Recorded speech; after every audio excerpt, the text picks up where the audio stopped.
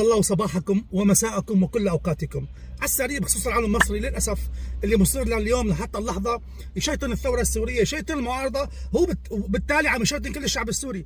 للاسف بعض الاعلام المصري وبعض النخب المصريه، طبعا الشعب المصري على جنب ما له علاقه.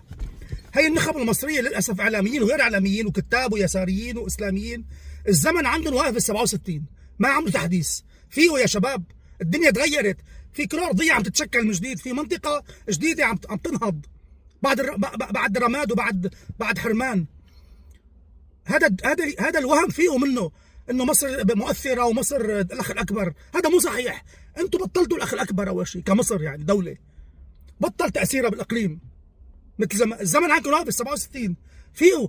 انتم حتى بالاغاني والسينما ما ضل عندكم قوه ناعمه فيه. اصحوا، سفاله مو طبيعيه يا اخي. بعدين بدك تشيطن الثوره السوريه مشان ايش؟ لصالح مين يعني؟ ما فهمت لصالح مين؟ شيء معيب. بعدين يا اخي تعلموا النخب الخليجيه، النخب الخليجيه اوعى منكم بما لا يقاس. انا بتابعه من لما سقطنا بشار الاسد واقتلعناه.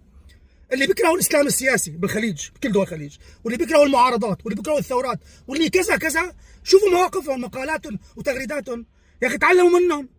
بعدين انت ما بتعرف شيء عن سوريا، انت برا مصر ما بتعرف شيء. لا بالمصري لا تفتيش، ما تفتيش. سفاله سفاله، صار لكم شهر سفاله مقيته واعتداء، شيء مخجل. استوى حالكم.